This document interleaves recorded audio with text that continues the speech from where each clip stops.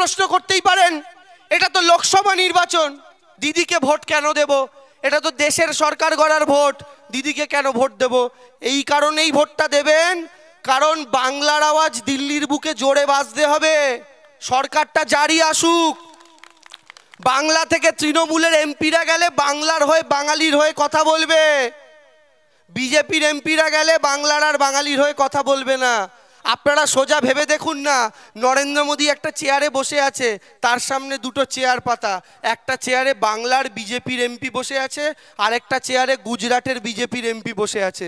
নরেন্দ্র মোদীর কাছে 5 কোটি টাকা, উনি এলাকার উন্নয়নের জন্য যে কোনো একজনকে দেবেন। মোদিজি বাংলার এমপিকে ওই টাকাটা দেবে বিজেপির, না গুজরাটের বিজেপির এমপিকে ওই টাকাটা দেবে? মায়েরা দাদা, গুজরাটের বিজেপির এমপিকে আমরা সবাই জানি। কিন্তু নরেন্দ্র মোদীর জায়গায় যদি মমতা ব্যানার্জি থাকতেন, তাহলে ওই টাকাটা কে পেত? বাংলার বিজেপির এমপি। এই জন্য আমরা বলি বি ভোকাল ফর লোকাল, এটা নরেন্দ্র মোদী এক সময় বলেছিলেন।